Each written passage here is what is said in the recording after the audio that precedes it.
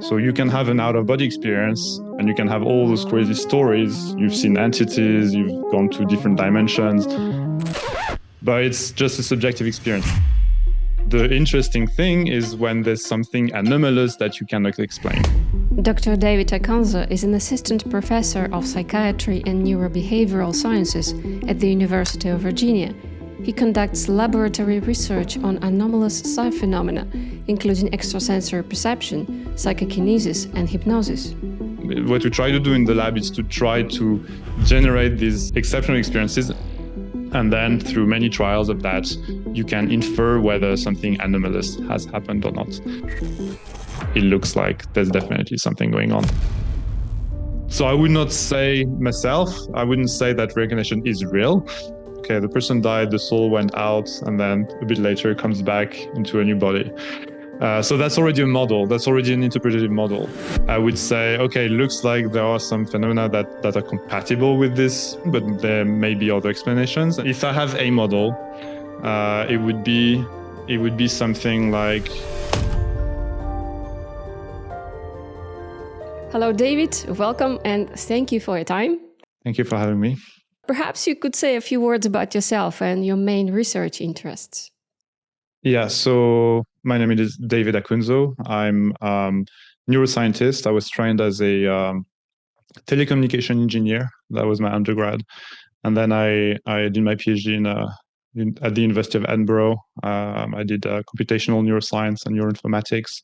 And I did mostly cognitive neuroscience, looking at the visual system. And then I did a few postdocs working on the visual system as well, and also the semantic system, using fMRI and EEG, very mainstream research. And now so I work at the Division of Perceptual Studies at the University of Virginia. And I study exceptional experiences, but I take an experimental approach. That's my training. That's what I do in neuroimaging. Sorry, when you say experimental work, what does it entail exactly? So it entails, with the experimental work, we're trying to observe the phenomena as they happen. So we need to find a way to induce the phenomena, find a way to observe it, right? So we can take people, enroll people who claim they have abilities. We can find methods to induce phenomena that we're interested in. So people who use techniques, so remote viewers, for instance, these are people who have a specific methods to do clairvoyance type things. I'm also starting a project on induced after-death communication. So this follows a specific protocol. We don't take special participants. There are actually a clinical population, people who are grieving, but through a specific protocol that can induce with a quite high reliability some exceptional experiences. So the idea is to try and observe the phenomena, and then depending on the research question, trying to see if there's some veridical aspects to that. So you can have an out-of-body experience and you can have all those crazy stories. You've seen entities, you've gone to different dimensions, but it's just a subjective experience, right? So it's interesting by itself, what's going on in the brain, what's going on subjectively. But beyond that, I'm not sure it is informative about the brain, the mind, but not necessarily about the nature of reality, right? The interesting thing is when there's something anomalous that you cannot explain, right? So if the person can describe something that's happening somewhere else at the same time, for instance, there are some reports like that in out-of-body experiences or near-death experiences and many spontaneous cases, right?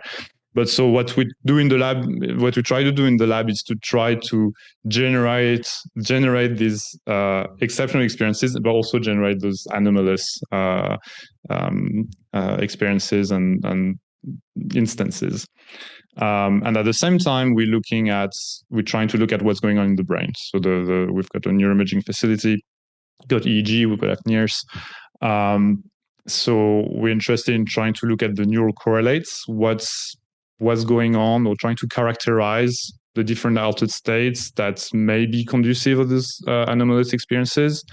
And we're also very interested in the subjective experience itself. So when people, when a medium talks to a deceased, what's happening? What is the subjective experience, right? What do they make it up, or like so?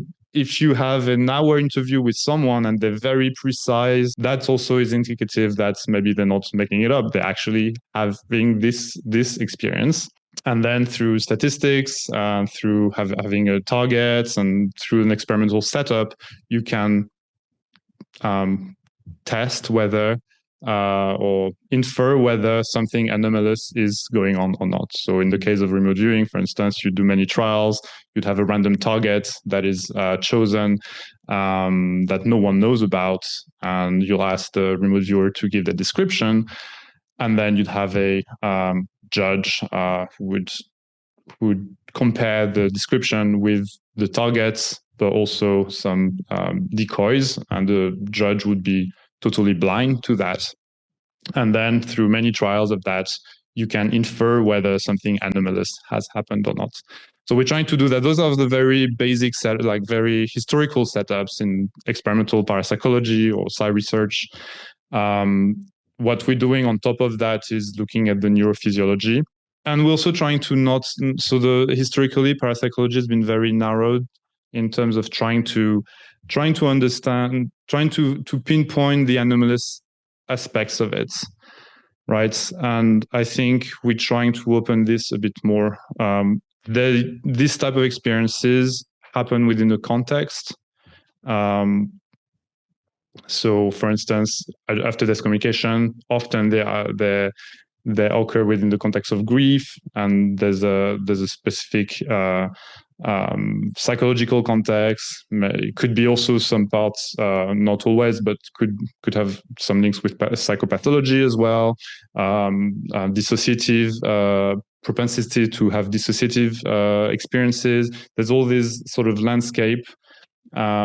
And also the subjective experience. So we try to sort of open a bit more, not focusing solely on the anomalous aspects, but what's happening around, and maybe we'll have a better understanding of what's going on if we zoom out a bit. And that's what we're trying to do, adding the neuroimaging as well. I'm just curious. I have a personal question. Go ahead. Why? Personal question. Yes. Why? What brought you to this type of research? It's rather unusual and certainly not a mainstream science. So is it some personal interest or personal experiences that brought you to studying anomalous phenomena? In part. I mean, I did not have specific subjective experience, but so when I was a teenager, my mother was interested in these sort of topics, and she would do automatic writing. And something that's called psychometry. So she would take objects, and her hand would just write things by them. Like the hand, it's automatic writing. So she would just close her eyes and then draw or write things, and it was very impressive. You see that happen, and so I was always fascinated by this phenomenon. I've always wanted to test it. Like, oh, can you guess the card that's hidden? Can you draw it? And sometimes it would look like one, but it would look accurate. But I never managed to actually test it properly, and I've always was curious about it. So I think that my interest stemmed from there, from seeing automatic writing, because that was very impressive. And then I read a book that was lying in the house. It's Parapsychology, the Controversial Science, by Richard Broughton. He's talking in this book. He's talking about those researchers parapsychologists who do mostly experimental work on ESP, extrasensory perception, and PK, psychokinesis, and I found it really interesting. And also, there's this aspect in the book that it's about the controversy of that, and the idea that those phenomena should not be studied, or the people who choose to study that are pseudoscientists, And I always found this silly, and I sort of made a point of of finding this. It's not like a fight, but it's just like if you're using the right method and if you're honest in your approach, you should be able to study anything or any topic, right? And I think that science should be like that. I kind of have a theory about it's more of a psychological theory. I think a lot of scientists are not typically they're not the kind of people who would tend to experience these sort of things. Maybe because they're very much in their head and they're very so they're almost two different populations. People who tend to have many anomalous experiences, they're sort of a bit more poetic. So I think there may be something like that, but also it doesn't. The phenomena themselves that don't fit, the anomalous ones, they don't fit within a worldview that has been there for several hundreds of years. And because they don't fit, usually we prefer to keep the current model and ignore what doesn't fit because the model is reassuring. I wanted to delve a little bit into your hypnosis research. So, how do you do that? Are there any challenges? What are your main research findings so far? And are there any interesting cases that worth sharing? I've been interested in individual differences. So it's a whole research topic. Why do some people respond very well to hypnotic suggestions, and why some other people don't? It's a simple question, but we don't really know the answer. There are some traits that seem to correlate. Absorption, so the ability to let yourself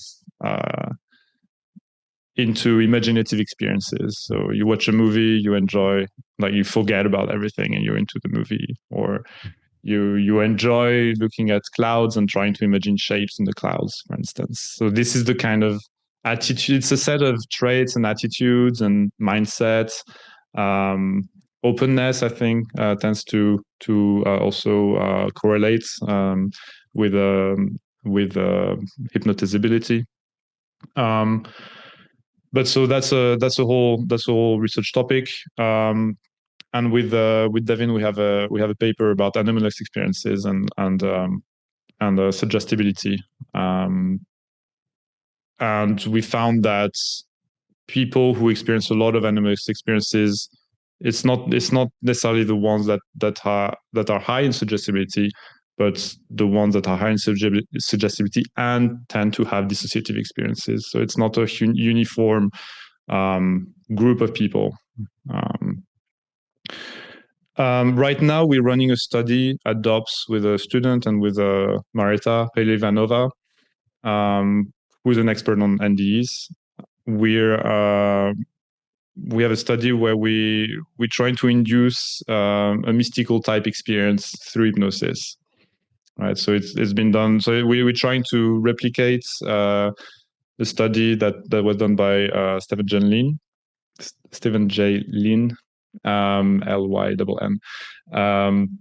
But we're doing it online with more people, and we try to look at various traits and beliefs and things like that, see if that affects. And what kind of mystical experiences are you trying to invoke? It's the feeling of awe, the feeling of being one with everything. It's the sort of vanilla mystical experience, the sort of standard mystical experience that part of it you'd find in near-death experiences, you'd find it in psychedelic experiences. Because there's a discussion, in particular in the psychedelic literature, to what extent is it really the molecule itself, and also the mindset you have, and the propensity to have this sort of experiences, right? Some people can take fairly high doses of ayahuasca, and they don't experience that much, and some others that totally in a different world. So what explains the differences? And maybe suggestibility could be one of those traits. And so that's, and because of the potential of psychedelics or therapeutic applications, it would be interesting to see to what extent the experience itself can have an effect, right? So if you can generate a similar experience without the molecule, well, maybe it's better. So there's many things to explore in that realm. So it's just a first trial that we're doing to see if we can manage to generate it, and then we can ask further questions. Does that have an effect? Can we increase can we boost the experience? What if you induce the experience many times? Do people get better at it? And can you induce even crazier experiences? Can you induce, I don't know, an out-of-body experience using these kind of methods? Or can you, and then further away, I'd be interested in trying to mix an ESP task, for instance. ESP, David, ESP, extrasensory perception. That's what we mean by ESP. Yes, just for people to know. But inducing, just go back to the mystical state and the E-type of experiences. So how does it practically look like? So somebody is under hypnosis. Let's assume this person is influenceable, right? So somebody is in a hypnotic state, and then you're the hypnotist is saying, and now you see these go there, see light or whatever, right? That type of... Yeah, exactly, yeah. Or, you have a voice. Is it suggested? Is it suggested, or you just let person explore and describe what they see? Just practically, how curious, how does it look like? Yeah, so practically it's an audio. It's a bit like meditation, right? So except that you'll have a hypnotic induction before, right? So you say it's hypnosis, and then you have a standard hypnotic induction. You've got the countdown, and you deeper into hypnosis, etc. And then you suggest the experience. So you say you're feeling a feeling of awe, you're feeling one with the universe, you're seeing these bright lights, etc., etc. And then you just wait a bit, and then you ask people to come back. And then we've got a bunch of measures, questionnaires that ask the person about the experience. And we found that, so we're still looking at the data, but it looks like from what we have, because we took the whole range of hypnotizability, right? So we recruited about 70 people overall, and some of them are very low in suggestibility, some are medium, some are high. And from just at a glance, looking at the glance and what people report, it looks like, yeah, the ones who are highly suggestible do report way more interesting things. What they report exactly, we haven't looked into it yet, but it looks like there's definitely something going on. And then a good question would be, okay, what about belief? How does that affect religiosity? What about past anomalous experiences? This type of things are very interesting to explore. I think there's a lot of potential in hypnosis, both for well-being, for clinical aspects, but also experimental aspects, trying to understand the mind. You can induce a whole array of experiences through hypnosis. So to try to understand agency, perception, it's very rich, but it's very, very, very odd that we don't really study that. It's very little studied. So now with the neuroimaging, there's maybe a bit more interest, because you can objectify a bit more. You can put a person in a scanner, give them suggestions, and you see the brain areas that correspond to the suggestion that light up. So you're like, okay, they're not imagining things, they're not lying when they're reporting things, because it's the same issue, right? As the subjective experience is just a subjective experience, and then it's been really dismissed for the past decades. Everything fully subjective is not really interesting. So those are the remnants of behaviorism, I think, and there's a lot in the modern, less now, right? And I think the psychedelic sort of renaissance helps, because those are fully subjective experiences, right? So I think there's kind of a window of opportunity and the meditation research as well. But so there's a bit more of this interest in exploring subjective experiences. But 10, 20 years ago, that was totally ignored. I mean, there was a bit of hypnosis research, but it was not mainstream, or very little mainstream, or very marginal, let's say. You know what makes it difficult to dismiss psychedelics experiences as hallucinations? Because what you're describing, if there is some area which is lighting up, then the mainstream science can say, materialist science can say, that's a hallucination, right? You just induced a hallucination. But with psychedelics, the neuroimaging showing that during the experience, a very rich experience, there is actually a reduction in brain activity. So there is less light, let's say, areas lit up in the brain. And how is it with hypnosis? Is it more, or is it also like with psychedelics? Or you haven't compared it yet? It depends on the suggestions, right? Even the definition of being in a state of hypnosis is not very clear, and is still debated whether that's something that is or not, right? So you can provide suggestions without hypnotic induction, and if someone is highly suggestible or hypnotizable, they will respond to the suggestion. And there isn't even some evidence that actually the hypnotic induction doesn't change that much, doesn't improve that much. It improves in people. It improves the suggestibility in people who are sort of in the medium range, but for people who are highly suggestible, it doesn't seem to change that much. So yeah, the evidence for, or let's say the markers of hypnosis in the brain are not that clear, and that's one of the reasons. Usually they are linked to the specific suggestion. So if I suggest, and there's a paper, I don't remember the name of the authors, but suggesting that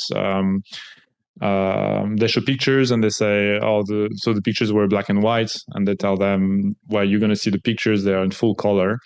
Well, you can see that V4 in the brain area that's responsible, or that encodes color, that is responsible for color, lights up when they are suggested that. So it looks like they're really experiencing but so that's very specific to the suggestion. So my guess is that if you give a motor suggestion, then you'll have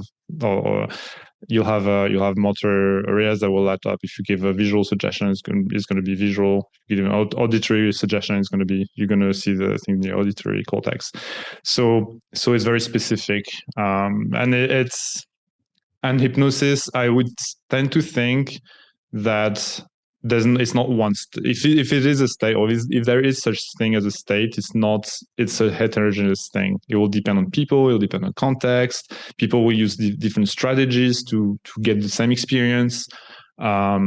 So it's not easy. I think for psychedelics, because you've got a molecule that sort of messes up the whole neurotransmitter system, then in some ways it will be a bit more uniform in the way it changes brain activity. For hypnosis, I think it's more heterogeneous, and we know that there are different types of hypnotizability, right? Some people are better at some tasks than others. So some types of suggestion or groups of suggestion than others. So it's not a general ability that people have. What I would really like to study at some point, it's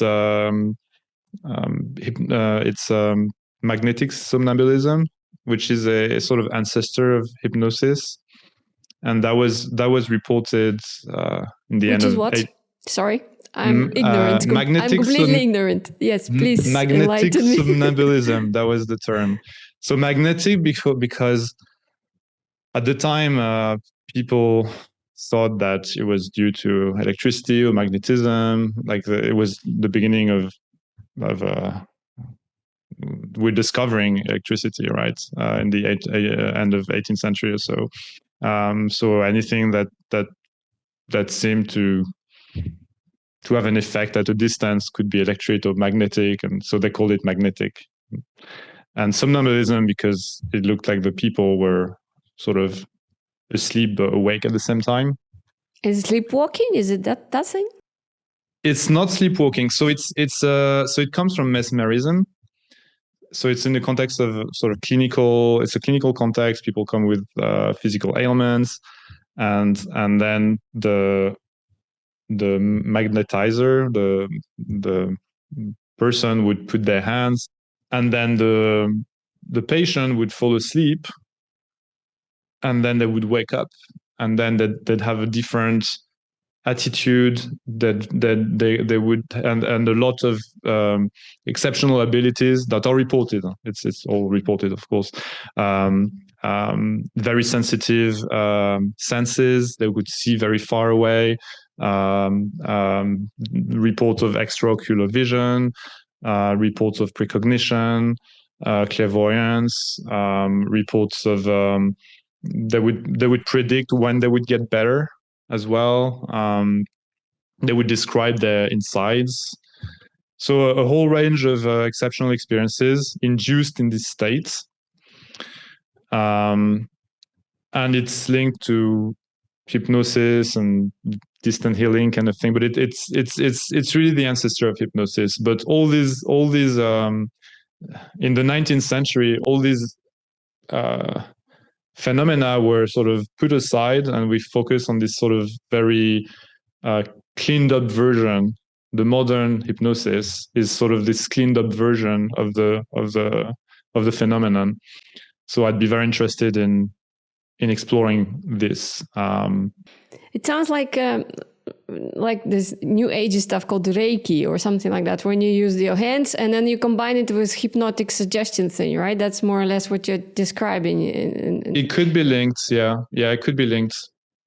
Yeah, I haven't explored that very much yet. I've read more historical reports on that, so I would. What I would like to do is try to set up a protocol to try and generate that. Because now when we do experimental hypnosis, just one session, we do it once, and then we give a few suggestions, we measure the experience, and then that's it. But in that context, first it's a therapeutic context, it's sort of a trust between the two people, and then they would do it many times over days and days.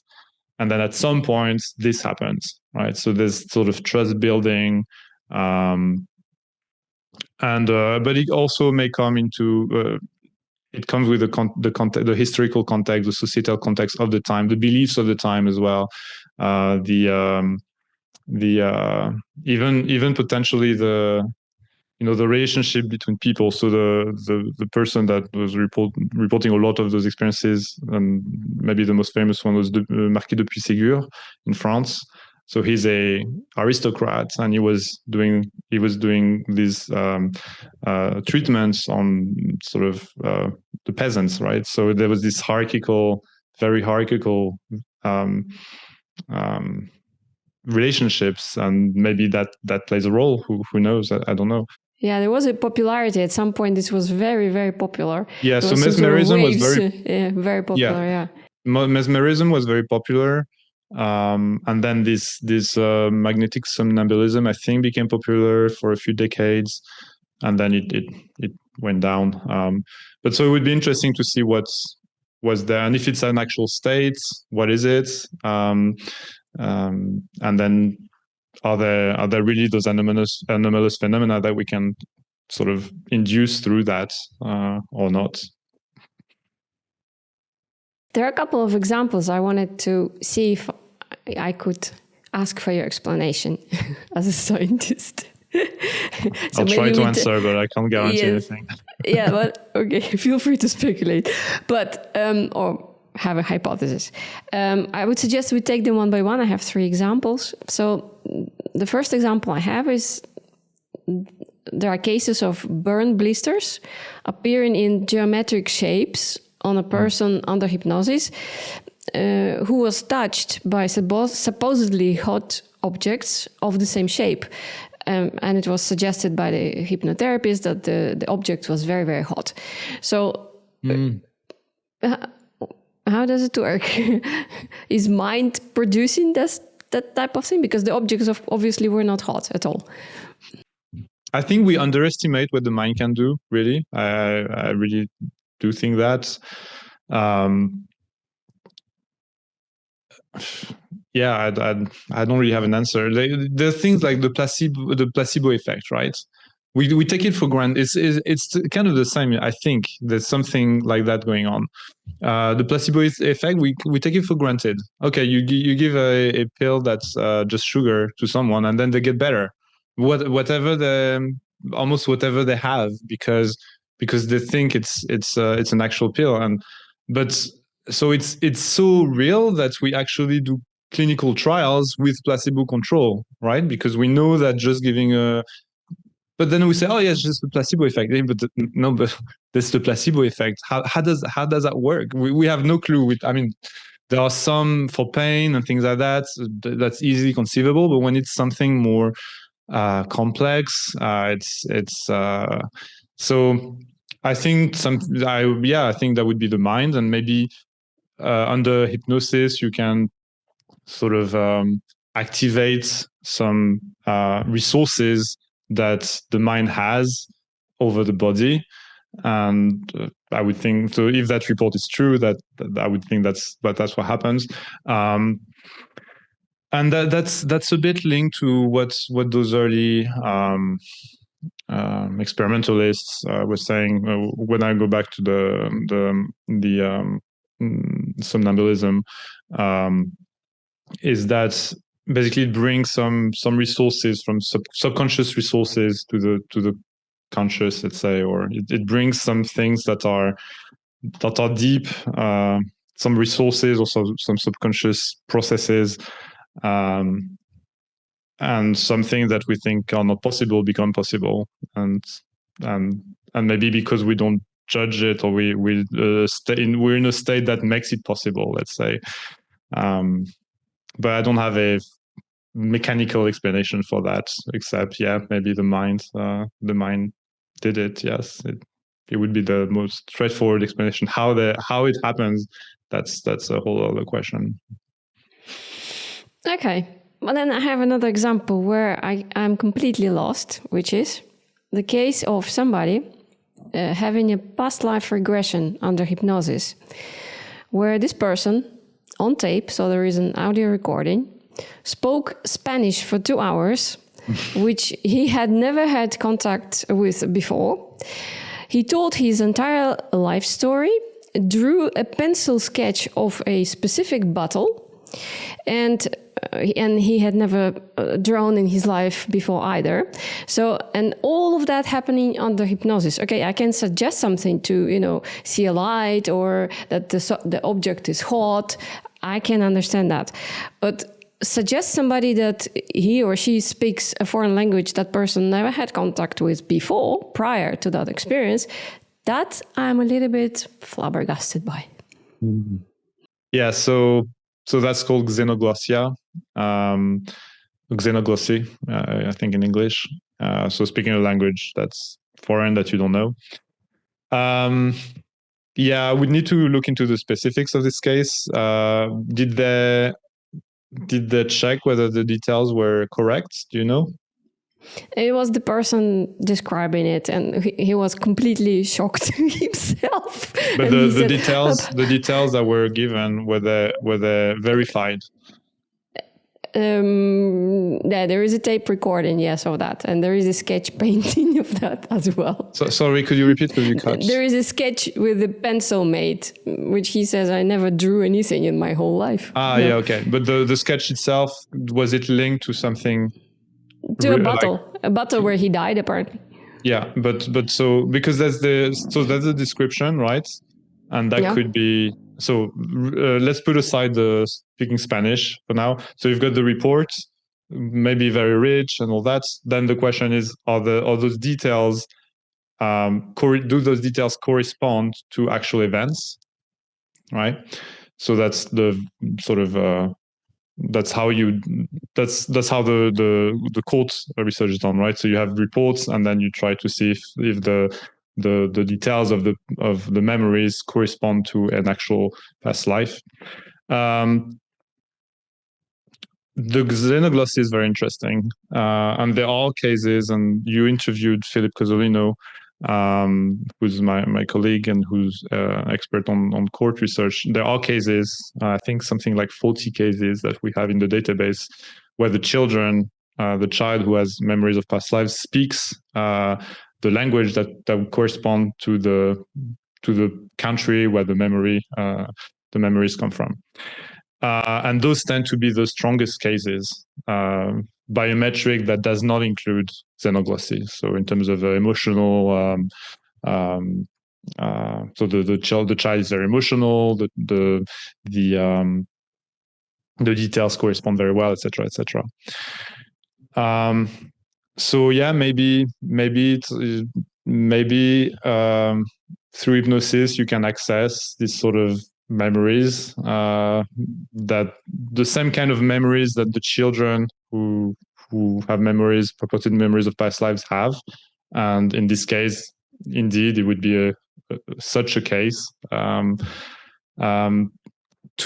my knowledge, there hasn't been research on adults with hypnosis looking at past life regressions in terms of testing or checking the veridicality aspect. So checking whether details are actually corresponding to historical events or past events.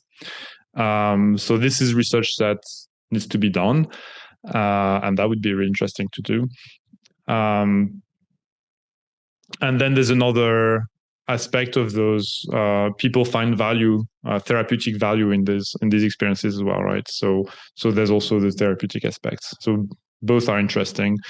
For now, the past life regressions, I think the research, if there is any, it's extremely minimal, and very, very little has been done. So there's everything to be done there.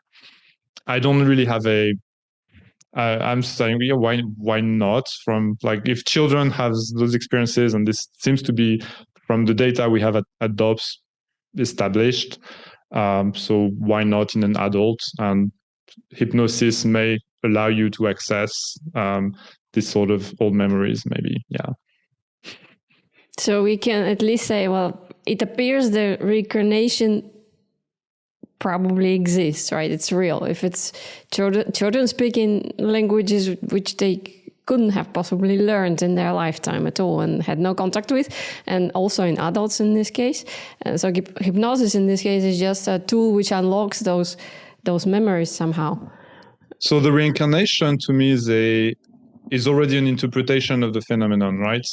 So you have a memory. So you have a child that has some memories that seem to correspond to someone else's in the past.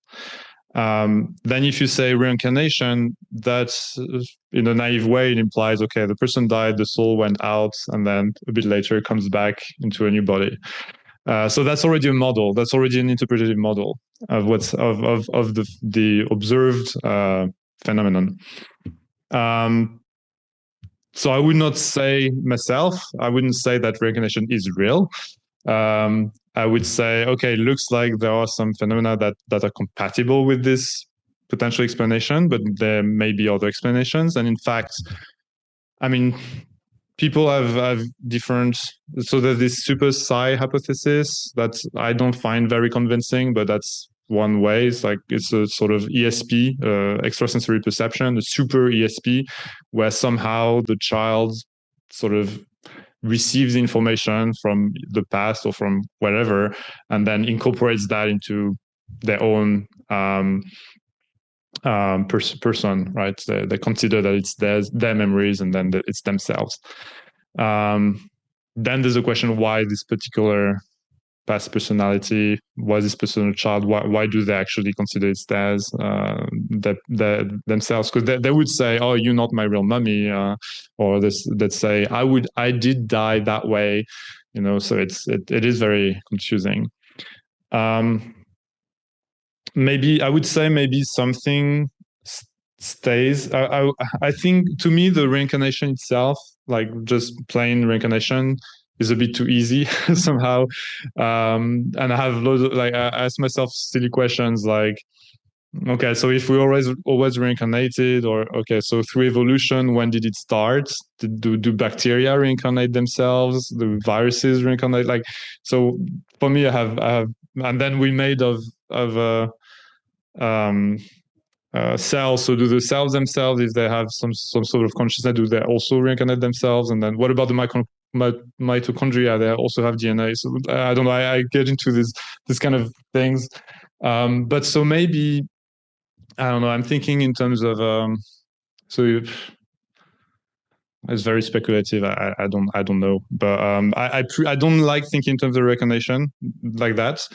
I'm trying to, if I have a model, it would be something like you have a sort of, I don't like using consciousness, but so some sort of a mental magma or dimension, let's say, where you have everything mixed up together.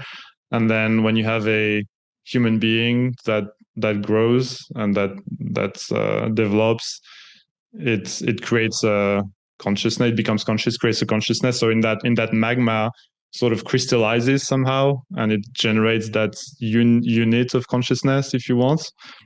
And then if the person dies, then that dissolves, right? So you have all the memories, the individuality that dissolves. But maybe sometimes you have some crystals that stay.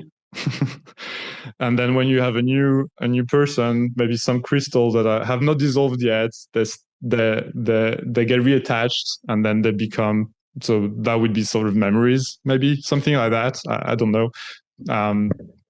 But yeah, it's just a working model, and I don't have anything to substantiate that. That's already metaphysics. It's very difficult to substantiate. Yeah, of course. I think it's similar to my model. I have a model, this ocean, the ocean or the field of consciousness, whatever. If we say that there is nothing more, it's irreducible. There is nothing underneath, so you can't reduce it to anything. And then you have waves, right? And then the waves are separate, so they have their own dynamics. They have their own timing and so forth, but then they come and they go, but they're still part of the ocean. It's just so, but the wave feels separate, like I'm a wave of that ocean, so I feel totally separate, but then maybe I don't feel it, I don't see it. Some people do, by the way. But you're still part of the same ocean. So whatever experiences I have, they don't go anywhere. They just stay where, because I'm connected to the ocean anyway. So whenever next wave comes, whether I take something with me or not, as a whatever part of me, soul, whatever you call it, whatever model we want to use, that's a different question. But I think what's similar to what you're saying, the field of magma or the ocean is, I think it's pretty similar in this case, I would say. Yeah. Then there's the question, why? So it looks like those a lot of those kids had traumatic death memories, right? And so maybe that's one reason why it could be a cause of that. Those questions, and then why those specific kids? Right, so we're going to start with Philip and Philip Cozzolino and Marita Pelivanova. Sorry, we're going to start exploring, as I said, opening up a bit more the research to try and understand what's going around the phenomena, to try to understand the different aspects of it. So we're going to use neuroimaging, behavioral methods to understand a bit more what's going on with those children, having maybe a wider definition of the case of reincarnation, so that we can look at the variations of the phenomenon, right? So beyond the super impressive cases that that are verified with many details, etc., it may be more of a range of a phenomena. And so if we understand it, if we want to understand what's going on in its entirety, we need to look at all its facets, and that's what we're going to try to do. And then that may include at some point looking at hypnotic regression, past life regression. That could be, I mean, it's not part of that research, but in the long run, that could be one new aspect to look at. I have one more example I wanted to run by you. And I already mentioned that only 18 to 20% people who had near-death experiences are reported. Okay, part of it could be people don't want to talk about it, but most of them say sincerely that they don't remember anything when they're asked, do you remember anything when you were, on anesthesia or in operation? So there are cases that, there's a well-known case of Stephanie Arnold, who recovered her NDE memories under hypnosis, and she accurately described what happened in the operating theater. And this whole recording, the hypnotherapy was recorded, as I said, and verified with the hospital staff. So they confirmed that that was the case. And mind you, Stephanie's brain was not functioning because the blood was drained from her brain to operate on her aneurysm. There was an aneurysm in the brain.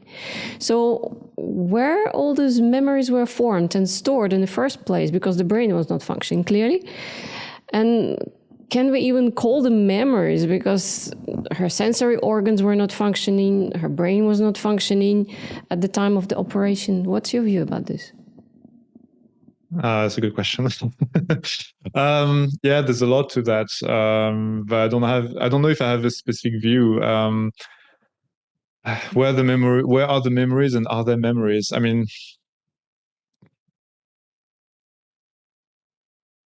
as soon as you have memories, there are memories by definition, right? Then where they are stored is a different question almost. I'd say, yeah, you can have a memory but not knowing where it's stored. So in your computer you have memories that is in different places. It's still memory, and it can actually be on the server somewhere. It's still memory somewhere. So yeah, I would say there are memories. They are to me, they are the very interesting cases. They are the most anomalous things you can think of, right? I mean, the only tricky part sometimes is when they report things, is it exactly at the moment where there was no blood in the brain, for instance? Like, can we actually know that? Can we get that? It was verified because she had a cardiac arrest, and there was a 14 points where she could describe what was happening. So there was somebody doing resuscitation, a nurse she never seen before, and that person broke her ribs. So during the resuscitation, yeah. Okay. Yeah, during the resuscitation. So she described that, and when she met the nurse, she said, "Oh, you broke my ribs." So during that, so there are specific points, 14 points. I think Professor Woolacott in my interview, actually, she describes it, this case. That were verified by people independently. Yeah, so I don't have an answer. I would suggest that there's something we don't understand, and that's indeed maybe we can gather information without brain activity somehow. How that works, I don't know. But so you could always get around that. If you really wanted to, by saying it's post-cognition, you could say that, right? If you want to keep, if you want to be the most minimalist in your model, you acknowledge the anomalous aspect of it, and then so the person gathered this information in an anomalous way. But you could say during the hypnosis, where they got this information, it could be post-cognition. So the sort of clairvoyance, if you want, seeing what happened in the past. So that would be a potential explanation for those who are not comfortable with the idea that the mind can float and see what's happening around while being brain dead, right? Yeah, but I don't have an explanation. This is just a working model again. But materialist science say that we are our consciousness, or who we are, is generated by the brain. Mm-hmm. So if brain is not functioning and there is a description of what's happening in the room and all the rest of it, and it all checks out, then there is something which is functioning outside of the brain. Yeah, I mean, you could also imagine, and again, I'm just playing.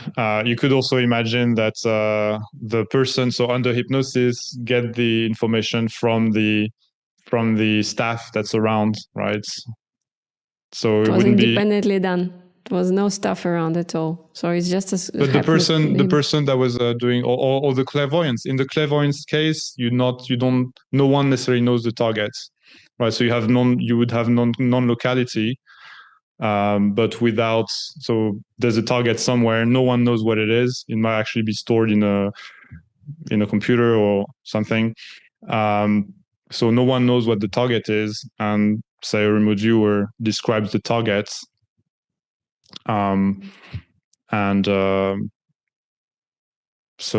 then it could be, so you could be precognition as well, because then you may get the feedback. But so that could be another view on things. But yeah, I mean, I'm not saying that's the mind being outside is not a potential explanation. I'm just saying there are different ways of looking at it. To me, the most minimalist view is, okay, there's still you could still imagine that the mind is produced by the brain, but still have a range of phenomena like ESP and PK. You could imagine that. Then you have the next level where you have a sort of a different plane of so you've got consciousness that can have an effect on the physical, and that can see the physical regardless of the senses. So that's but in the end it's the same in a way. It's just because if you start going to metaphysics, it's by definition almost you can't. It's beyond the physical, so beyond physics, so you can't really know, right? So it's all speculative. The metaphysics actually influence how you formulate what the model you have in your head and how you formulate your research, right? Yeah. So if you say it's a presumption. So if I assume that consciousness is generated by the brain, then my research will look completely different. If I will be testing hypothesis that consciousness is not generated by the brain, right? I agree, and I think that's one issue with modern science is that everyone thinks the same way, and that's helped by having all the postdocs going to everyone's labs and everyone reading the same journals, and so then you don't have schools of thoughts anymore. I mean, you still have to some extent, but in fields like neuroscience, everyone thinks the same way because everyone reads the same papers, everyone's exposed to the same information.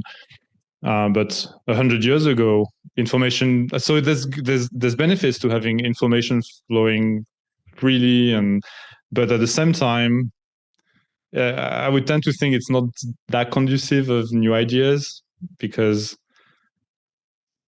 you uniformize everything. So and then if you go out of line, you're like no, you're being. Yeah. So instead, if you have different school of thoughts as there used to be, people would defend and build their own models or their own approach, and then they'd have time to develop that, and then maybe one will win over the other. But yeah. Well, I think the biggest problem, David, actually is, in my view, is that people say, okay, it's not proven that brain does not generate consciousness. True. Although these cases raise some pretty interesting questions. On the other hand, it's also not proven that brain does generate consciousness, right? And we just assume a certain way of thinking and think this is how we go, because we can't explain otherwise anything else, right? So that's the problem. So it's not proven either way, but then why do you select A and not B? And sort of, you're not even being aware that you're selecting that by creating certain research models or metaphysical models in your mind. Yeah, we just have inherited from, the mechanistic view of Newtonian view, and then you've got the extremes that would say, okay, there's no there's no consciousness of free will. You just think you're conscious, but you're not. And you don't have free will. You just think you have free will, and that's like denying the most basic experience that we have. So yeah. And so then if you accept that there is free will, then you're like, okay, so the mind can influence the matter somehow. So the matter is not like a clock. It doesn't, it's like you cannot, it's not totally determined. So that just that question opens up a lot of things, right? So yeah, but the neuroscientific view, the mainstream neuroscientific view is that we're basically robots, and what you're trying to do as a neuroscientist is to understand the algorithm that is implemented in the brain, and that's the overall research program, right? How do neurons, neural networks implement algorithms that make us think and function? Fascinating. But the funny thing is that some neuroscientists also say that they can't distinguish what brain is from what brain does, because they say if neuron is firing, it's not necessarily that it's firing as part of the thought process. It could be firing just to get rid of the metabolic waste products in the brain. So how do you even know that what you're looking as a correlates, it's that they correlate to thinking or to, you know, consciousness type of processes? Yeah, I mean, people talk about neural correlates, right? The neural correlates of a specific experience or a specific, you give a stimulus, then you have a visual stimulus, you have a certain neural activity. You look at the neural correlates of the stimulus or the report of the experience. I mean, it's pretty established that trains, I mean, again, it's encoding, but it's still correlations. But we do have models that can transform a stimulus into a set of spikes in the visual cortex, for instance. And those are pretty accurate. But then that's looking at the robot within ourselves, right? I mean, we do have some kind of determinism. We do. I mean, if I drink 5 pints of beer, I'm going to be drunk and I'm going to behave in a different way and I'm going to think in a different way, right? So there is a part of us that is very determined by the physical, by my history, by my genes, etc. But I would argue we also have a part of us that has agency and that has free will and that can influence, that can make actual choices. Some people don't believe that, but so that's the part that we don't know how that works, and so if you think that if you leave that door open, then a lot of other things can be open, I think. So if you think that there's some sort of free will, so there's a sort of duality between mind and matter, well, then there's a question: how does it's the basic question, right, of dualism? How do those things those two aspects, those two things interact, the matter and the mind? So we don't. So if that's the case, we don't know how it does it. And then if they can interact can they interact only through a brain or through organic matter? But so maybe it's not that clear. Maybe you can interact somehow in a different way, and so that opens up those questions of, okay, if a person has a near-death experience and they can see what's happening in the room, well, maybe this interaction that's not working in the normal way, but it's still there, right? And so, yeah.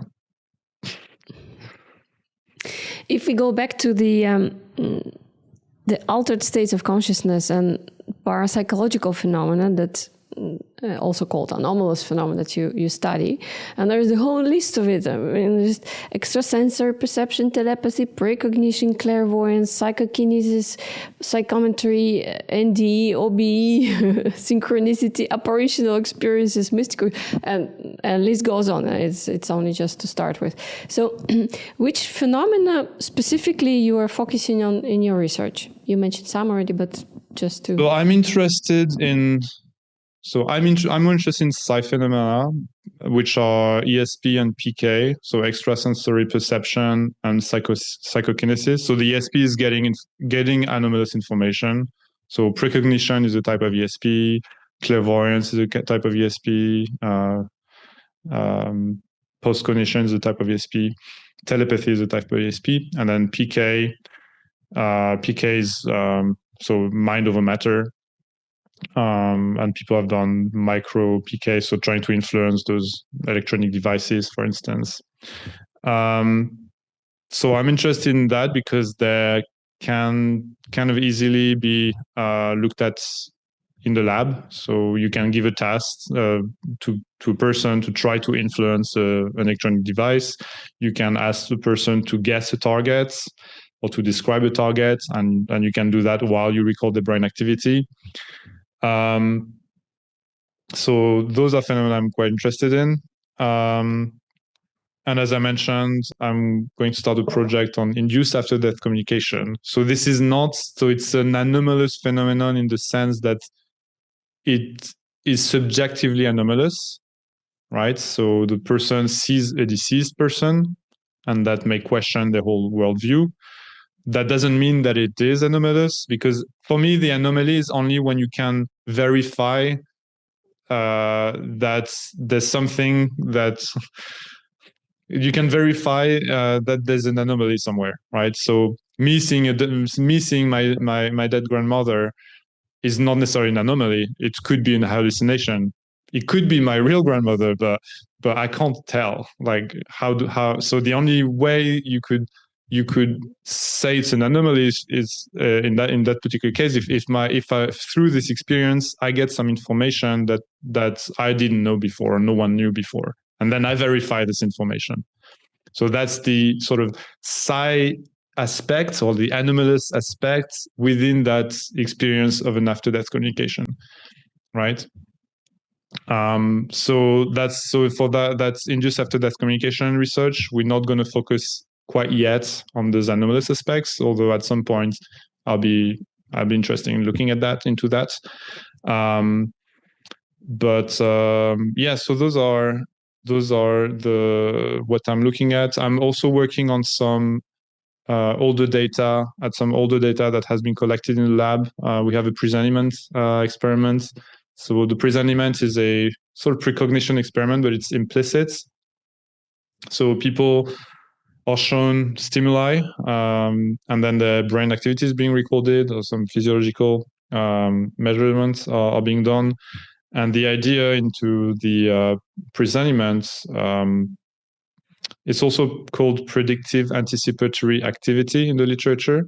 So it's the idea that your body knows before you what will happen, right? So it will show in the signal that the scary image, for instance, will happen. So we've got one experiment with that. We've got some data. We also have a mediumship experiment. So the lab had 5 mediums coming in, and they had to give readings of about 5 different deceased persons, and then the sitters, the people who knew the deceased, were rating the accuracy of the medium's descriptions. And then, yeah, I have one data set that we're finishing analyzing the behavioral data that was participants that Ed, you interviewed Ed, I think, Ed Kelly. Yeah.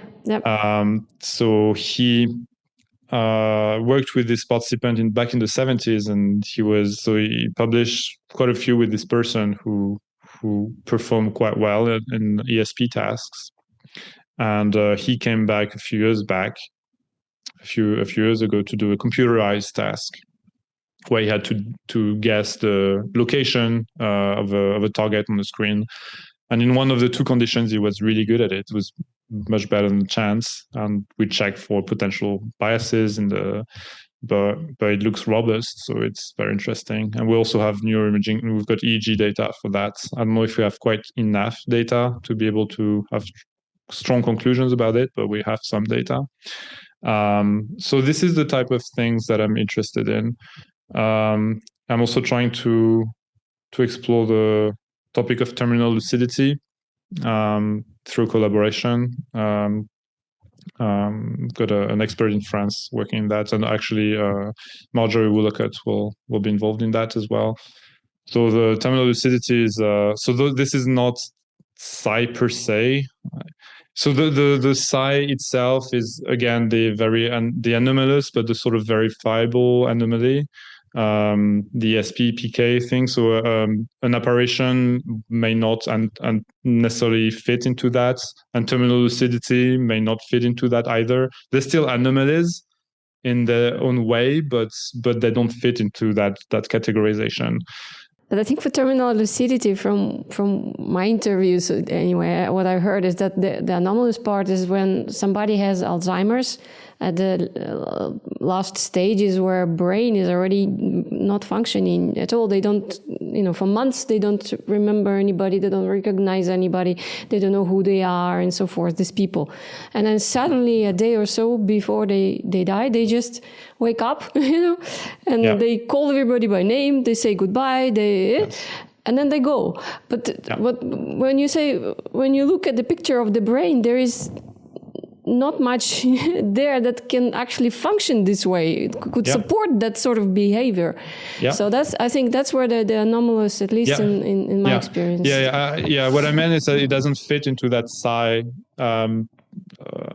categorization of anomalous experiences. I interrupted you. Sorry. Please go ahead. No, go ahead. No, I was just saying that I'm also trying to explore this topic. You were asking about the different topics I'm interested in, and then with Marina Weiler, I've been collaborating with her on. So it's mostly her projects on out of body experiences. So we went to Brazil, collected data on people who can generate out of body experiences, and recorded brain activity, and spend time interviewing them to understand their subjective experience.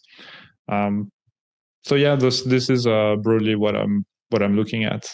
That's really broad research. It's very broad, but it's also through collaborations as well. Okay. So the CORT research as well, I mentioned earlier, the looking at the children who have memories of past lives to try and understand, try to map a bit what's going on. Do they have specific memory patterns? Do they exhibit a specific like trauma behavior kind of thing? So there's a lot to do. Yes.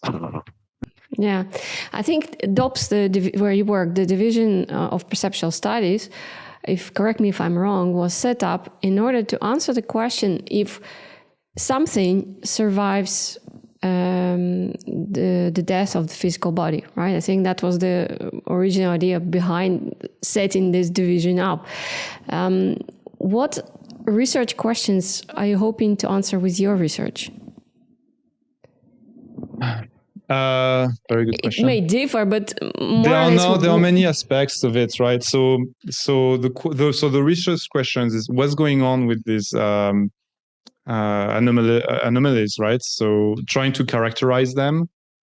How are they linked with altered states of consciousness? Then there's normalizing the experiences, because a lot of these, so people experience a lot of anomalous experience. It's very common, right?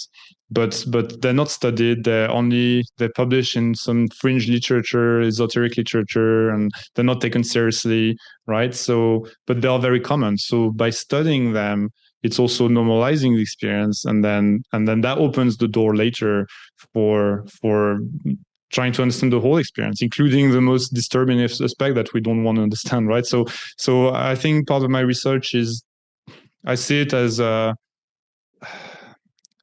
trying to just exploring these aspects and trying to understand what they are, and I'm trying to be humble in the I mean, because those phenomena, they're gonna revolutionize the way we see the world, and they're gonna revolutionize physics. And that's true. I think there's potential for to actually change the whole physics paradigm and the way we understand the brain and the mind, etc.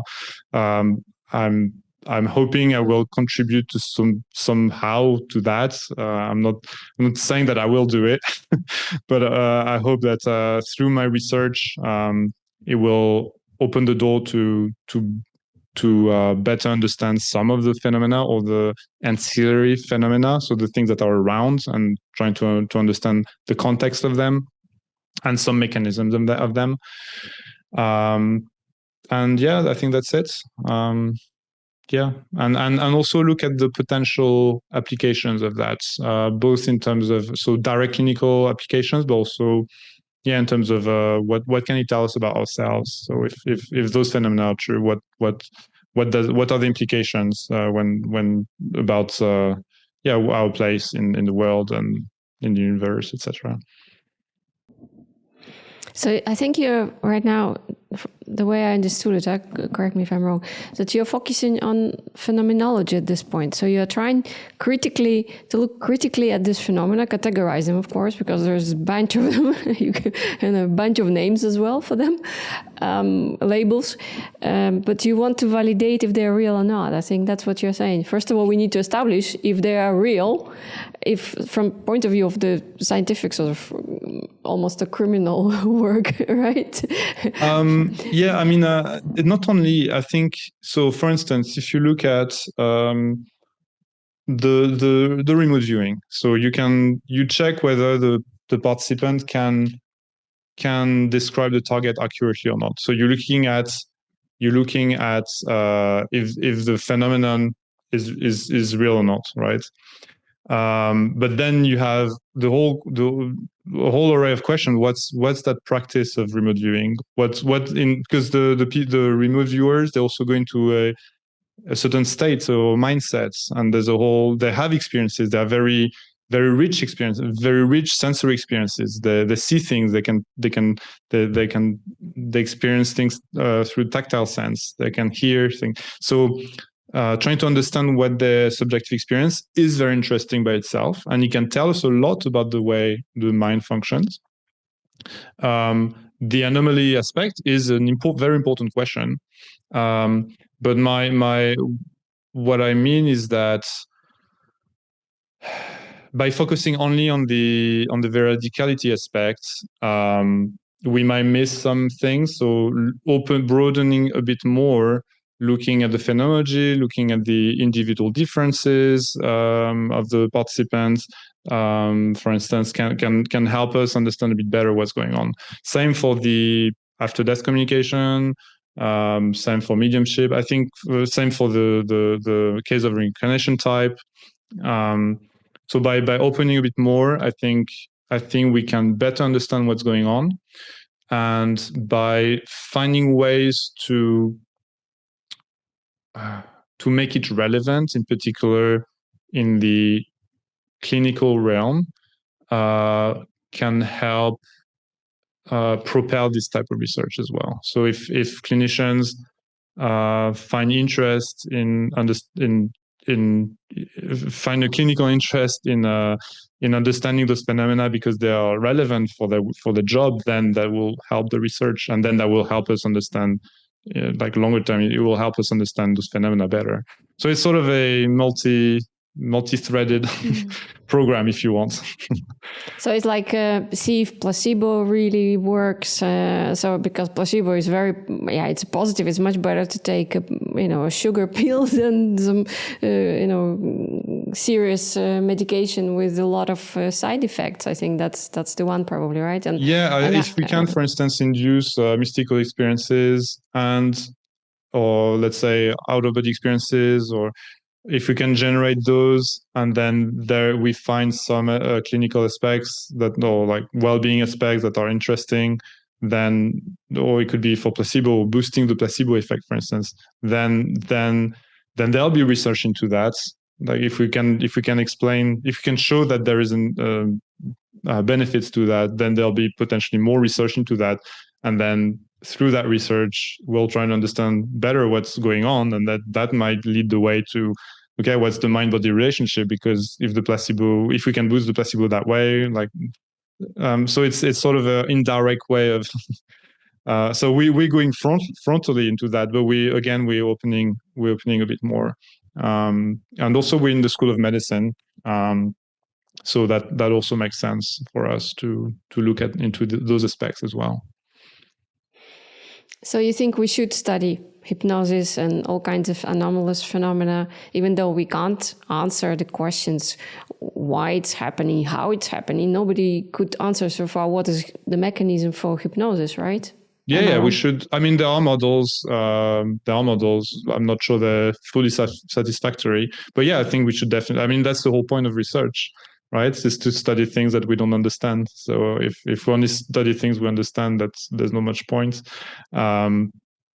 So yeah. In particular, because we don't understand them, we should study them, and because they have so much potential into questioning our current worldview, we should even more study them because of their anomalous aspect. That is how science progresses, right?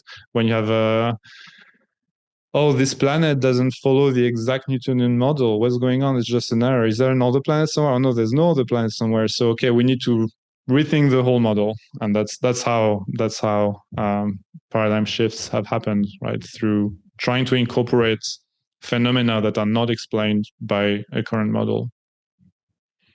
The reason I ask this question is because we know that systematic Psi-Research was conducted as early as 19th century, and some people might say even earlier than that. Mm-hmm. But psychic phenomena are still largely rejected by mainstream science. And so what's the reason for that? Because they cannot explain it, or why?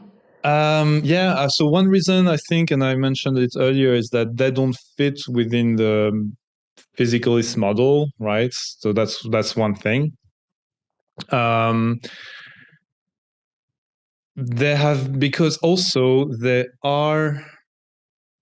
Because of the nature, and again, they come with the context, right? They usually come with a set of beliefs, so religious belief or some kind of worldview that has there's entities, there's gods, there's etc., there's magic.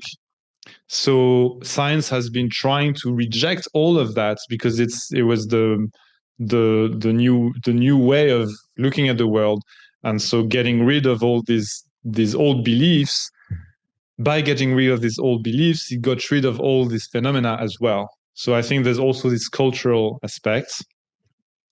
So it's not only a model; it's also this shift through in the West from the 16th, 17th century or so, getting rid of those old beliefs that goes with religion and all that, and then it's possible that and that maybe is a bit more recent. The fact that Psi-Research has been focused too much on Psi itself. So focusing, as I said, too much on the anomaly itself and not trying to understand what's going on in the mind, what's going on physiologically, having a too focused lens, too much of a microscope on the anomalous aspects. That I think may not have helped the field. And then there were some methodological choices. So if you look at experimental parapsychology, there were in the older research they were studying mediums, they were studying people who had quite dramatic that would show quite dramatic effects. But from the 30s with Rhine, they were choosing mostly random people, convenience sample, right? So, but as most experimental psychology research has done, right? So they were just taking the methods of the mainstream psychology, but that might have deserved the field as well, because what happened is that the effects were really small, and so because they're very small, then they are more easily dismissed, or more easily they may not be as stable, etc. So I think it's an array of causes that explain that, but the two main causes are probably both cultural, and also those phenomena do not fit in the current model. But maybe it's mostly cultural, actually. It takes time for phenomena to be incorporated, new phenomena to be incorporated in a new model. So paradigm shift don't happen overnight, I think. It can happen within a few years or decades, but here's been more than that. So for those phenomena, so because they carry this cultural weight, I think, so they are dismissed. And it's not, and the fact that it's not even because they are anomalous. There are. I think hypnosis is fairly mainstream in a way, but still very underexplored. And I think it's, again, because it came with this package of historically, right, of beliefs, and so I think that's mainly that. So but maybe, with the cultures evolve, and again, we've got this interest in meditation, interest in psychedelics, which may open up a whole new approach in psychology and neuroscience, and an approach in which anomalous phenomena might have a place, they can take the full place. Yeah, I had some questions for myself. So, because I was trying to answer why mainstream science is largely ignoring this type of anomalous phenomena. And I thought, so the questions I have, I think we kind of touched on it, but just to summarize. So how can the mind so drastically affect the body during hypnosis if it's mere product of the bioelectrochemical activities or processes in the body in the first place? So this seemed to be a very strange mechanism. So our mind is generated by the body, right? It's a result, a byproduct of the processes in the body, and yet it affects the body so unbelievably. This past life regressions or during NDEs, it's just, we can't explain it with the current mainstream science. So that's one thing. For me, the other question is that how does the mind or consciousness seem to function outside of the lifeless physical body in case of near-death experiences if body supposedly generates consciousness? So the body is completely flat, no activity, brain activity. So in case of Stephanie Arnold, there is no brain, there is no blood in the brain at all. Yeah. And yet somehow her consciousness or whatever it is, we call it soul consciousness, mind, seem to operate outside of the body, which supposedly generate that consciousness in the first place. So there's a bit of a kind of mismatch between all of that. So that for me raises the question, what is the nature of reality? If not our bodies that are generating consciousness, as materialism postulates, then what does? And perhaps, as we said earlier, consciousness is a fundamental property of reality, which sort of exists independently. So that's my take from all this anomalous. What's your thoughts? I think you already answered pretty much. Yeah, and if they don't fit, it's much easier to ignore them than actually try to make them fit or to adapt the models. It's the easy way out, right? Is to ignore. And maybe the only way out. The only way out. Yeah, it's the easy way out. But I think also science progresses it's the path of least resistance, right? And in particular, since science now is it's a professional activity, right? You are a professional of science, so you need to make a career, you need to find funds. So there's all these constraints that, to me, probably deserve deserve is not in English, like do not help, let's say, that much. It helps in some ways, but for maybe developing technology, it's very helpful.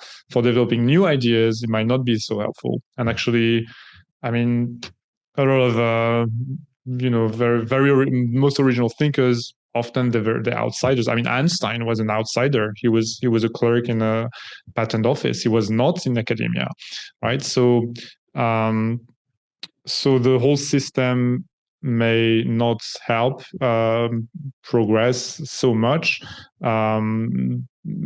But so science, I think, evolves in the path of this resistance. So you try to make progress when you can make progress.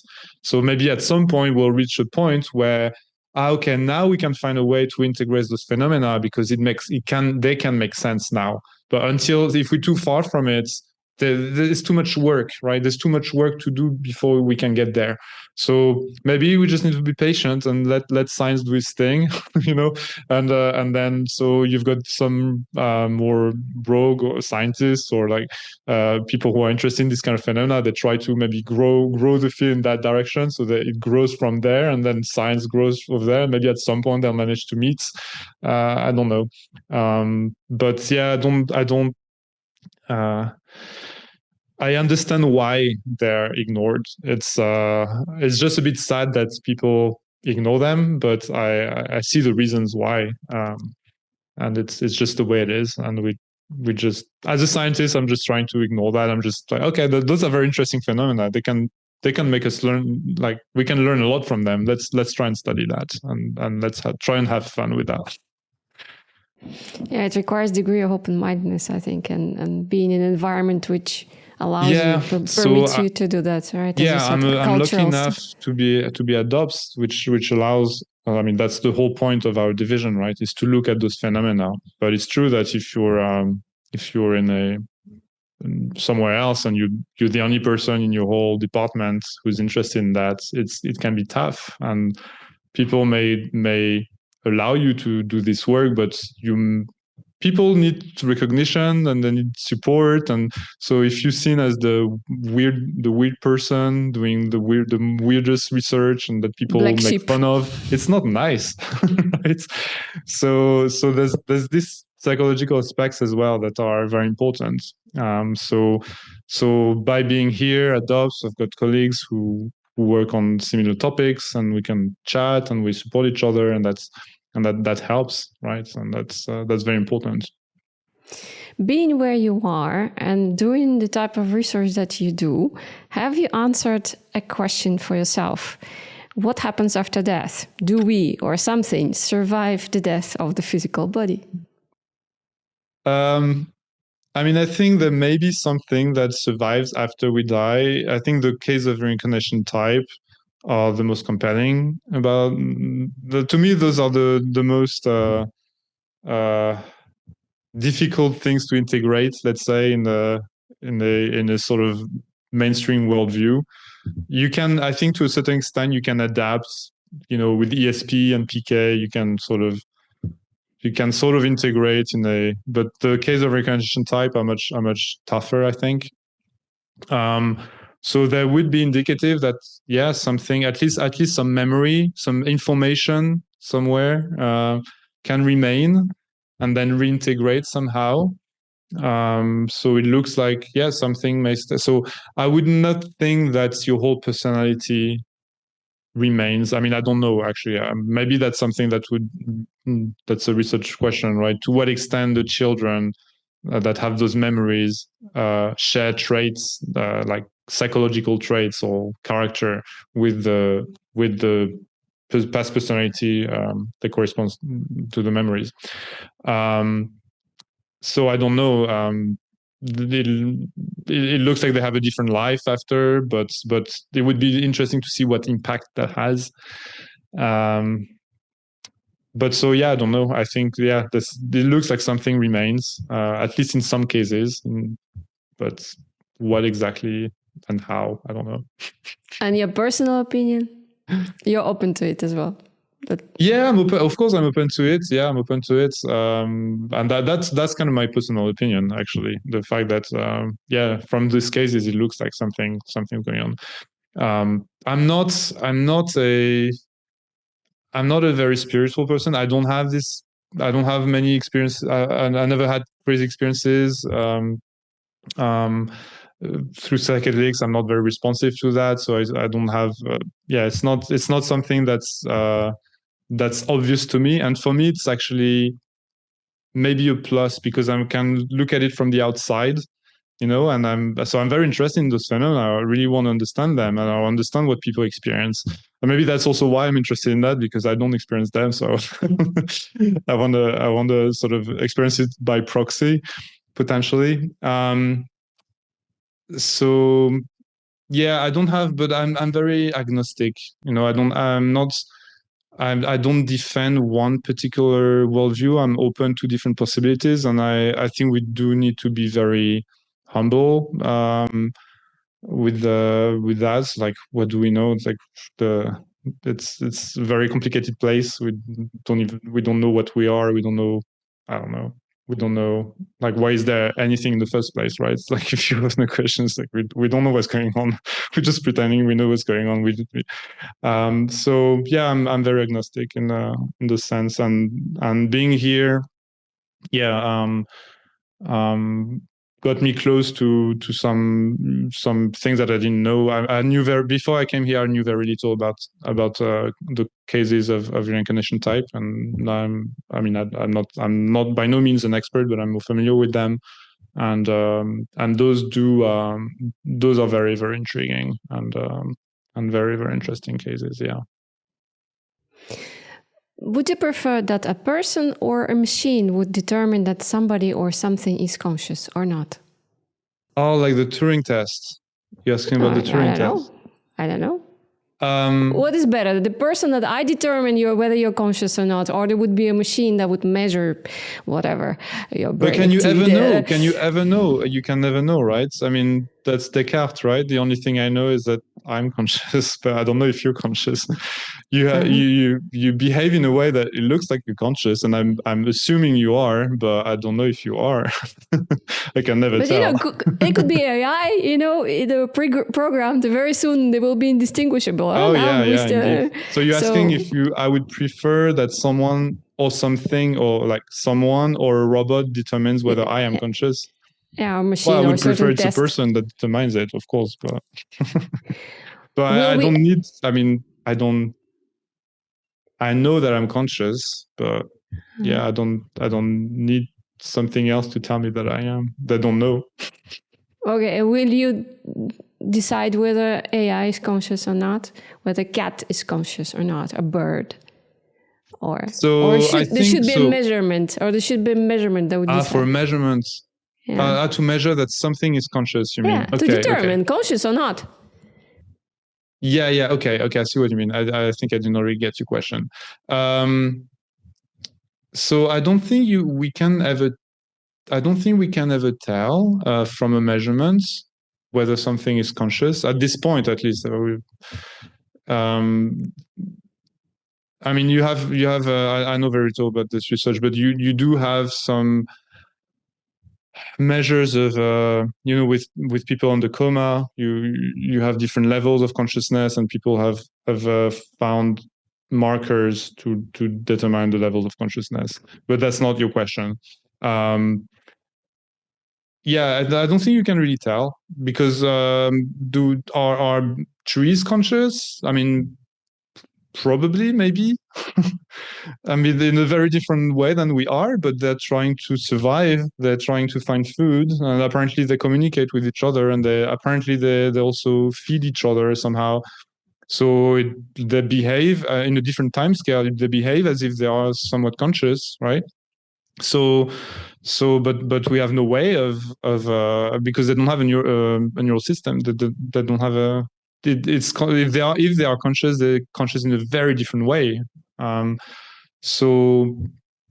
then we don't have any means to do that. So I don't think we can easily answer this question right now. We can't. Will we ever be able to measure consciousness? Is it a matter of technological development? Maybe we need some better equipment, or slice it in the finer, go to nanoscales and beyond, or something else? Yeah, I think there's something else. Probably there's something else. I mean, we can get probably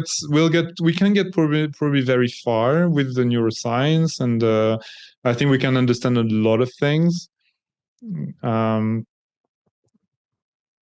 But at some point, probably we'll hit a roadblock, and I do think that there is something that is, as you mentioned, there's something about consciousness that is maybe a fundamental element, even though it's maybe proto-consciousness at the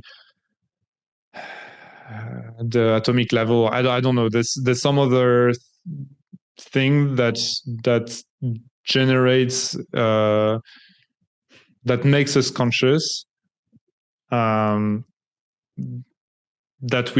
is not I mean, maybe it is, who knows, but that is not accessible through only physical means. So I think that will, through technology itself, or the current type of technology we're thinking of, will have trouble, I think. Yeah, the reason I'm asking, because you're using a lot of equipment in your research. You're using what? fMRI, you're using EEG, right? What else? Yeah, so you're familiar with it, so you see where it's going. So I'm wondering, maybe we just need to develop further our technology, and then we say, bingo, we know how to measure consciousness. Yeah, whether the cat is conscious or not. Yeah, I mean, you can measure, through fMRI, there's been, or even EEG, I think, you can measure awareness. You can find correlates of awareness. So you show stimulus, whether a person sees it or not, is aware of it or not. You can measure that. But awareness, consciousness is quite different. I mean, to be honest, I don't like this word of consciousness, because I think people mean different things by consciousness, and sometimes you're not even sure whether they know what they say, like what they mean by it. Right? So consciousness, if it's being conscious of existing, measuring that is, I think it's very difficult. We don't even know. We wouldn't know where to look at and what it looks like, right? And then if you're talking about the subjective experience, the qualia, that's a different thing. It's a different dimension. It's the experience itself, right? So you cannot measure the experience itself. You can measure maybe some correlates of the experience, some traces that the experience leaves, but the experience itself is the experience, right? So you cannot really measure it. I don't know, that would be my answer, but I like your questions, but they are hard. Well, you gave it an honest try. What is the future of consciousness studies and lab research? Will it eventually become part of mainstream science, in your view? Yeah, I mean, as I said, I think the direction currently, it looks like this type of topic is picking up, and more and more mainstream scientists are interested in that, through in particular meditation research, psychedelics research, but even the question of awareness, for instance, being the type of question that I was mentioning just before, being aware of a stimulus or not. This type of paradigm, so it's a very simple paradigm. You show a stimulus, sometimes you see it, sometimes you don't see it, because of fluctuations in your threshold of awareness, right? Even that was not like mainstream before, because it was stupid to study that. It was considered stupid to study. I mean, I remember when I was doing my PhD, there was people were making. So I was in a computer science department, and I remember someone making fun of fMRI, because there were people who do fMRI, they look at the neural correlates of love or something like that. And there was a joke. It was, oh yeah, it's stupid. Like it's stupid to study that, but actually that's a very interesting subjective experience. It's like a universal experience, and we should study that. But so that's a bit the mindset, right? Oh, it's stupid to study awareness. It's stupid to study, but why? So I think things have evolved and are still evolving, and I think things are opening up. And so we'll see where the psychedelics research goes, because it could go two ways, I think. It could either go through looking at the subjective experience and focusing on what does the subjective experience bring, and what does it look like, and what are its implications. But it could also go the other way. It's just it's a molecule, and it messes up with the neurotransmitters, and then it gets and then it's got this therapeutic aspects, and then we forget about the subjective experience and its potential implications. And but that might happen, right? Because that's what happened with the somnambulism that I was talking about. So you had these very rich experiences that were reported, very rich phenomena that were reported with all these weird experiences, clairvoyance, etc. And then what happened after a few decades? Got rid of all the weird stuff, all the things that don't fit, and they kept the modern hypnosis research.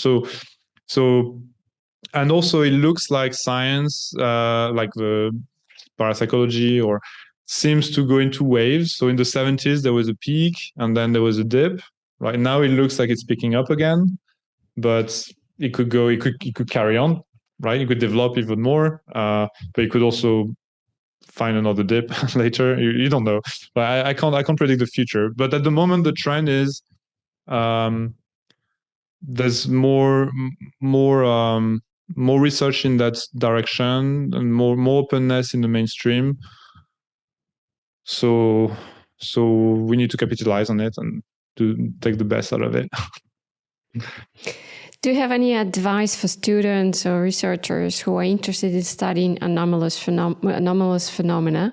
What are the most interesting and promising areas of research, and what skills and knowledge will be needed?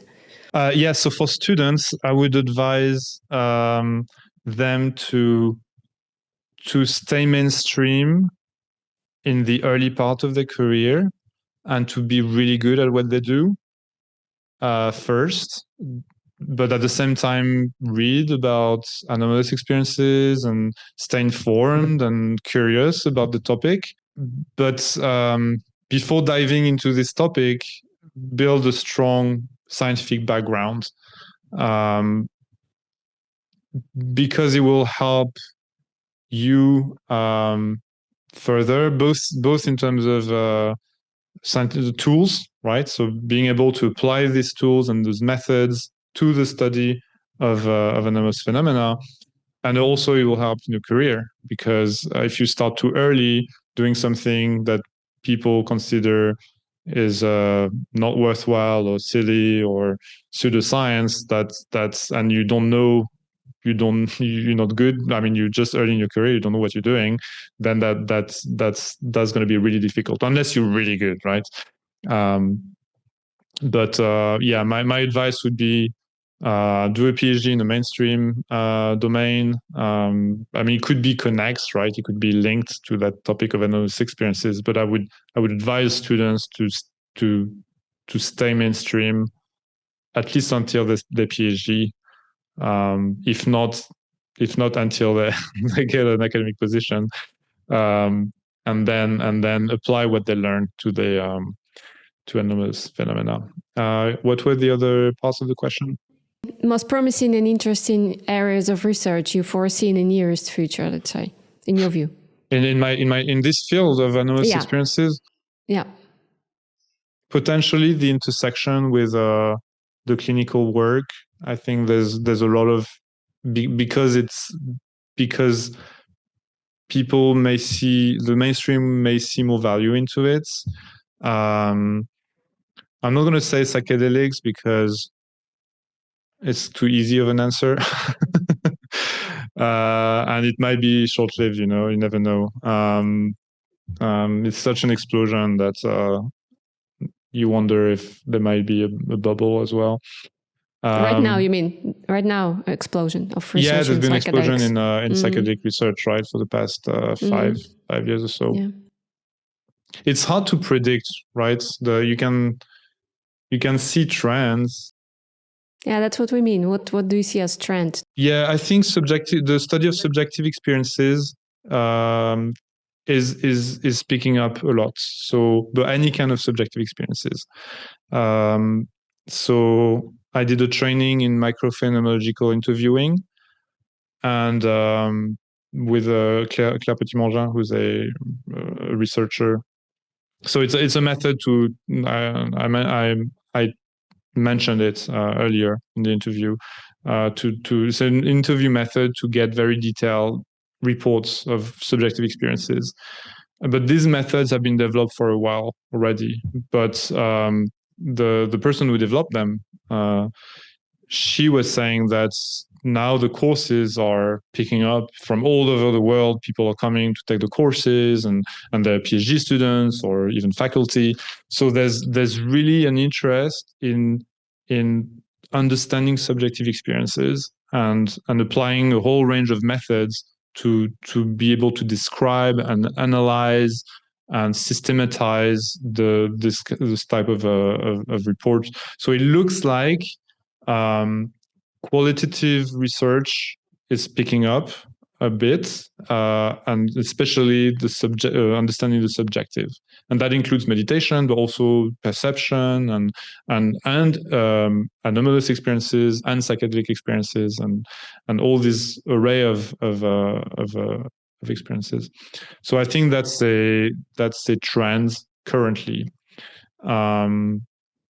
And there's a lot to do because it's been totally overlooked. People were not interested in that before.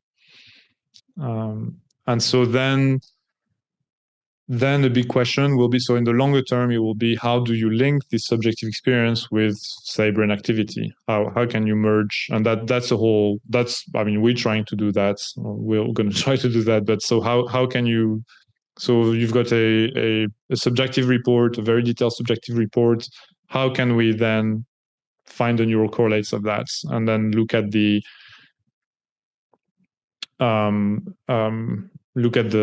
neural correlates, and that will bring different methodology, I think, because as well the neuroscience research. So I think neuroscience in general as well is it's been picking up since the 90s, but it could be also, I think it will probably continue. And devices, EEG is pretty cheap, and the cost will probably remain the same.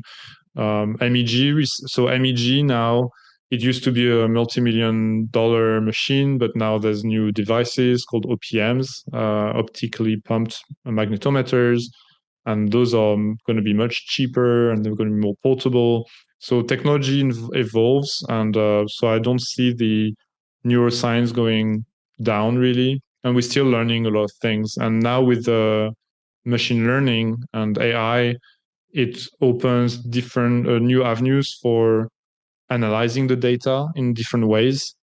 So I think these methods and topics will carry on. Yeah.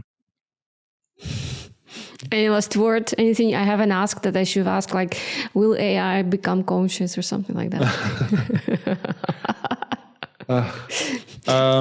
I'm just pulling your leg. So, any last word? That's something that you thought people should? No. Thank you for this. So, I mean, I don't know if in your viewers there's the research that we do is all privately funded, right? At least for the moment. So we're always looking for people who are interested in supporting our research. And so that's the Division of Perceptual Studies. We're part of a university, but we've got two endowed chairs, but all the projects are privately funded, and I'm also privately funded. So if people are interested in supporting us, please support us. And then, thank you very much for this. That was very interesting, challenging questions. I hope I answered in an interesting way, and I tried to be honest in my answers as well. So, thank you very much for this interview, David. Yeah, thank you very much.